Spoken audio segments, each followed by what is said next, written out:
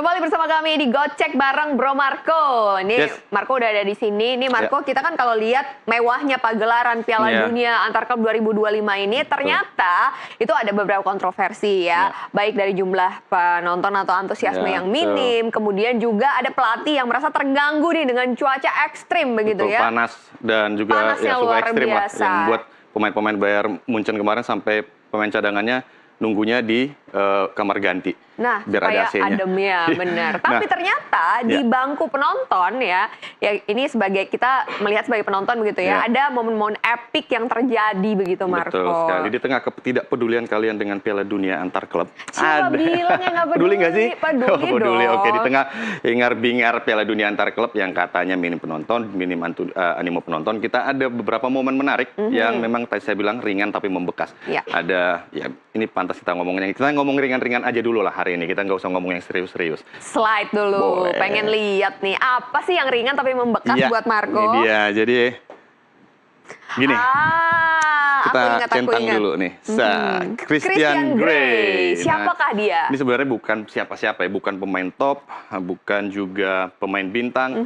Dia hanya berasal dari Auckland City, klub amatir satu-satunya yang tampil di Piala Dunia Antar Klub 2025, tapi bisa menghibur lah atau paling tidak diingat oleh orang-orang atau penonton. Kenapa? Karena ya profesinya sebagai guru olahraga atau guru penjas. Aku pikir kalian kalau punya guru kayak gini sih keren banget ya. Kenapa? Karena dia mencetak satu-satunya gol untuk Auckland di Piala Dunia Antar Klub.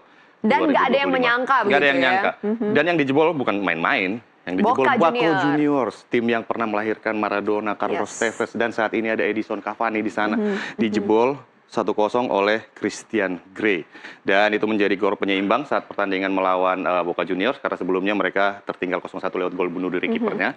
Nah, dan dia diganjar dengan MVP dan menjadi pembicaraan hangat karena statusnya sebenarnya bukan sebagai pemain profesional. Dia punya pekerjaan utamanya adalah guru olahraga. Dan menariknya mereka kalau mau ikut kompetisi ini kan mereka harus mengajukan cuti atau izin begitu ya dari pekerjaan utamanya. Berarti ini sepak bola karena hitungannya amatir, jadi kayak sampingan side job ini ya.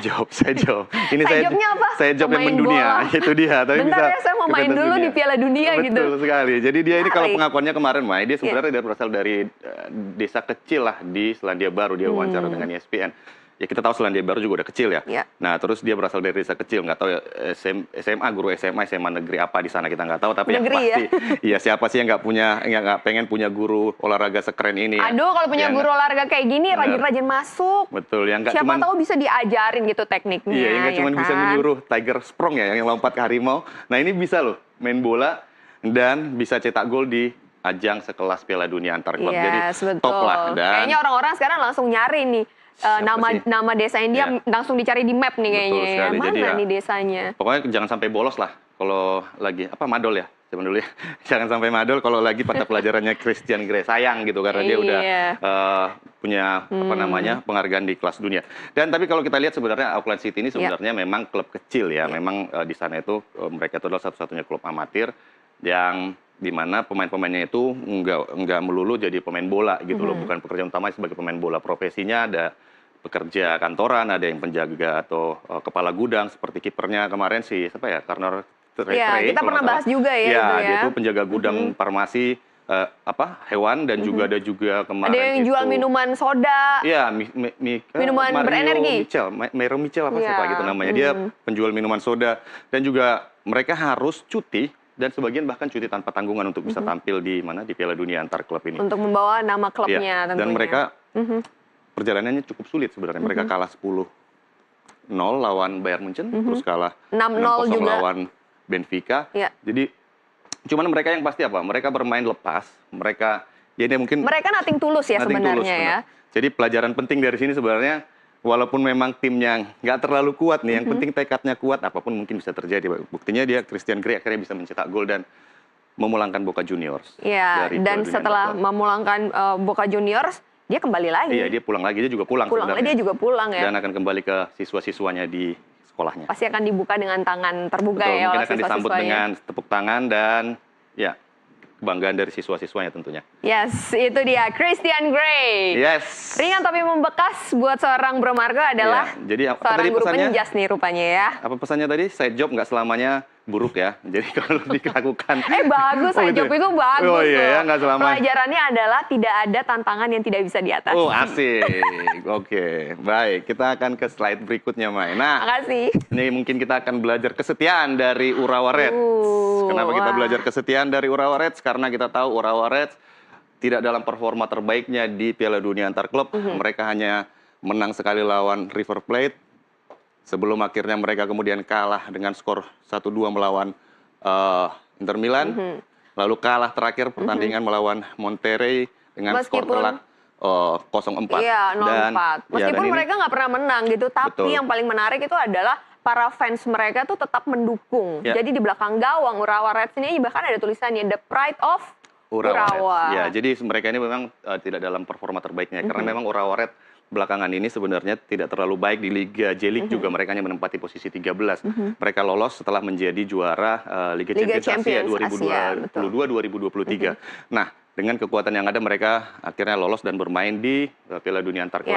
Sayangnya memang mereka tidak meraih hasil yang baik. Namun catatan penting kita berikan kepada para pendukungnya. Para pendukungnya di Urawa Reds fansnya, di mana mereka itu nggak lelah bernyanyi, mereka bersorak, memberikan semangat, melakukan koreo, memberikan koreo yang baik, lalu memberikan semangat kepada timnya, dan mereka juga kabarnya membersihkan stadion setelah pertandingan. Itu sepertinya memang menjadi culture mereka ya. Waktu ada pertandingan di Indonesia di GBK juga kan, mereka juga setelah selesai juga para pendukung Jepang juga mereka bersih-bersih sampah gitu yang mereka bawa ke sana. Tapi yang harus kita acungi jempol juga nggak cuma para fansnya aja, tapi lihat para pemain ini memberikan gesture juga kepada para supporternya. Kesetiaan mereka diganjar dengan apa? Penghormatan dari para pemain. Jadi sebenarnya kesetiaan itu penting teman-teman, karena itu akan menjadi penghormatan, dan ini kita buktikan bahwa para pemain menghormati para fansnya yang sudah menunjukkan kesetiaan mereka dalam mendukung timnya ini gesture, dalam menang maupun kalah. Gesture membungkuk ini adalah gesture hormat, sangat hormat bagi masyarakat Jepang ya. Semakin dalam mereka membungkuk, artinya semakin hormat gitu, semakin respect mereka. Ya, paling tidak ada sesuatu poin positif lah yang kita ambil dari apa poin positifnya? Jadi setia itu akan mendapatkan penghormatan, gitu ya. Jadi inilah dia poin kesetiaan dari Urawa Reds. Jadi menarik sih sebenarnya perjalanan Urawa Reds walaupun mereka kira tersingkir dan kembali ke Jepang ya. Dan ini last but not least. Aduh, Messi. Yes. Hebat. Ini sang nenek ini ternyata adalah influencer. Betul. Jadi ini Pauline Kane ya. Pauline Kane. Nenek Kana apa? Kana ya. Oh ya, Kana. Sorry. Kane enak. Oh ya, Kana ya. Pauline Kana. Jadi dia nenek berusia 98 tahun. Nah, usia bukan halangan ya untuk mengungkapkan perasaan. Jadi dia mengungkapkan perasaannya kepada Lionel Messi. Will you marry me? Maukah kamu menikah denganku? Nah, Messi gimana responnya? Ya, sebelum kita bahas responnya Messi, kita coba bedah dulu di sini. 98 tahun coba. 98 tahun masih bisa nonton bola dan nggak takut mengungkapkan perasaannya kepada seorang mega bintang Lionel Messi. Jadi dia ngatakan, maukah kamu menikah denganku? Nah, Lionel Messi ini mungkin satu-satunya skandal Messi nih. Skandal lucu bersama, lucu lah ya. Maksudnya selama ini kan Messi nggak jarang lah ada skandal bersama Antonella Roccuzzo ya, istrinya ya. Nah, ini mungkin satu-satunya pihak ketiga yang mungkin berani menyatakan cintanya langsung kepada Messi ya. Pihak ketiga. Iya, jadi ya Messi akhirnya menjawab dengan elegan ya, dia menunjukkan jarinya yang udah ada cincin nikah di sana gitu. Tapi nggak apa-apa lah ditolak Messi di usia yang 98 tahun, nggak ada masalah. Ini pesan buat teman-teman yang jomblo di luar sana. Artinya, jangan ragu, ya kan? Jangan ragu. Jangan dipendam perasaannya. Ungkapin Nenek 98 tahun aja mau nih, bisa nih. Karena siapa tahu jodoh kamu usianya 98 gitu. Oh, bukan dong.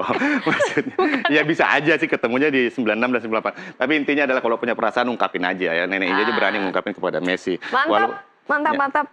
Top lah buat nenek. Kita bisa kasih 4 jempol buat sang nenek. Pertandingan akhirnya imbang ya kalau nggak salah 2-2 lawan Palmeiras, dan Messi kita tahu akan berhadapan dengan mantan klubnya PSG. Betul. Saat ini kita tahu sudah ada 14 tim yang sudah melaju ke babak 16 besar. Tinggal nunggu Real Madrid, Salzburg, atau Al Hilal kalau nggak salah ya.